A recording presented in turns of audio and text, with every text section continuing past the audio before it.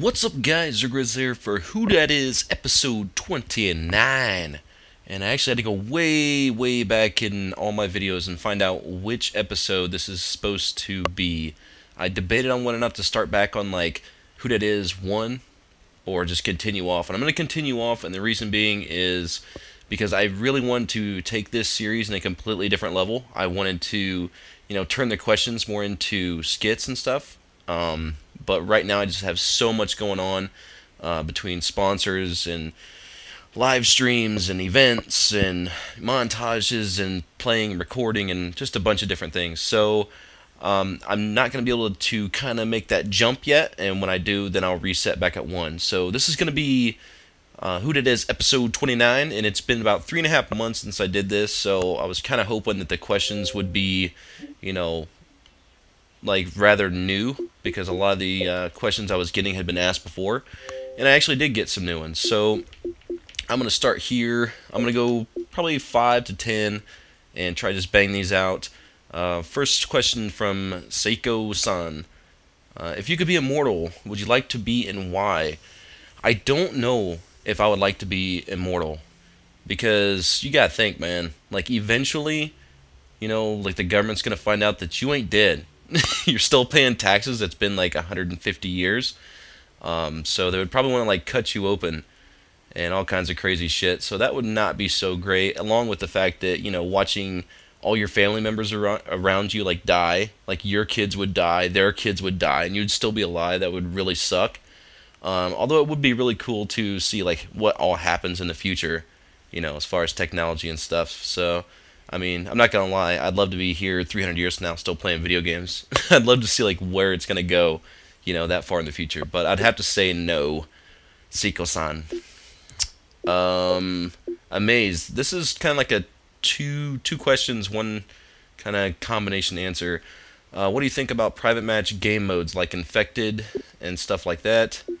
And then he says, what do you think about the size of the maps in Modern Warfare 3? And I kind of put these two together because I kind of would like to see them, instead of adding new game modes. I mean, they already added like Kill Confirmed, Drop Zone, things like that, which are nice. It's always nice to get like a new pace, but I would like to see them incorporate some different things into the game instead of just new game types. I'm not sure how much room it takes and what all goes into this kind of stuff, but I would like to see them instead maybe bring in some, add a perk once a month, or add a new camouflage once a month, a new weapon, a new reticle for your, holographic sight, whatever.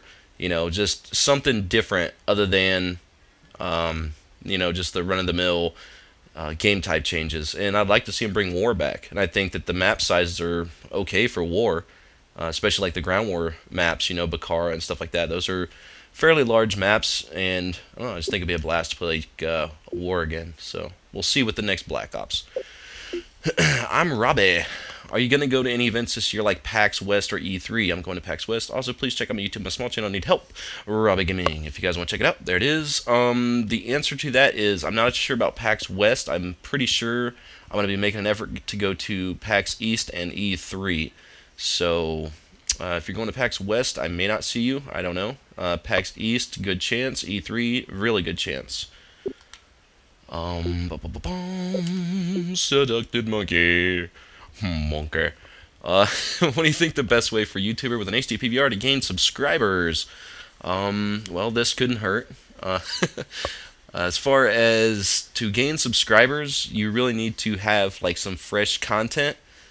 This is, by that I mean like, I don't know, maybe like montages, but put your own twist on it. Same with commentaries. Make sure that you can kind of combine real life events with, maybe some actual gameplay. Like, you just kind of need to constantly mix things up to keep people entertained, and, maybe show them something they haven't learned, or, just make them laugh. I mean, that's a big part of it. So there's all kinds of different ways you can go about gaining subscribers. The most important thing is just basically to put out consistent good content, and eventually somebody's going to see it and help you promote it, and you can get bigger that way. Captain Prometheus, if you watch TV, what is currently your favorite TV show that has aired in the last 3 months? And if you watch Netflix, Hulu, what is your favorite show? I don't really have a favorite TV show. I don't watch a lot of TV. Storage Wars is good. Hardcore Pawn's good. You know, Operation Repo, stuff like that. As far as like Netflix and stuff, the only series that I really watched on Netflix, I watched Heroes, which that was okay. I only watched the first season. And then I'm a huge Ghost Adventures fan. Like, I would love to go on that show. I might try and get a hold of them if they're still doing that show. I don't even know. But, yeah, those are my favorite shows. Sheldor is online. What is it with Hitmarkers? What do you think? Here's my thought on Hitmarkers. I really think that your high-powered rifles, so in Modern Warfare 3 you'd be talking AS-50, 50 cal, L11, and MSR. I really feel like anything from the waist up should be a one-shot, and that includes hitting them on like their side, because right now the hitbox is stronger, more centered toward like the center torso, but they don't really take into compensation for game lag, you know, jumping drop shot, where the, you know, the players are actually doing the snake and glitching. They don't take that into consideration. So I think it would kind of help balance things out. If you hit them at all, anywhere in the waist up, it should do the same amount of damage as if you shot them in the heart, which would minimize hit markers. I don't think you should be able to shoot them in the kneecap and get a kill, you know, well, maybe with a 50 cal, but I don't know. There comes a point where you get away from realism and try to just get more to balance, and I understand that. But from the waist up, anywhere on the body should be a one shot, in my opinion. Let's see, Willie. Are you going to be picking up underrated players for your team, and what are your ideas of the team name? I want joinable lobbies again. I only took 1 week off, Wheelie. Actually, I don't know how long I'm going to be taking off from joinable lobbies. I know I'm going to start it back up, but it may be a month or two. Like I said, right now it's just who that is. But anyway, as far as underrated players, yes, I want to pick up 3 to 4 underrated players for the team. As far as my ideas for the team name, we are working on multiple different names, name ideas, I guess I should say.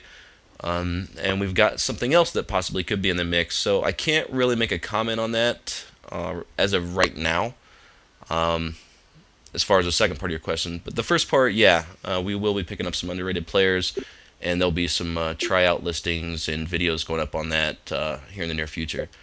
The Bronx Bombers 2. Oh, that's OG.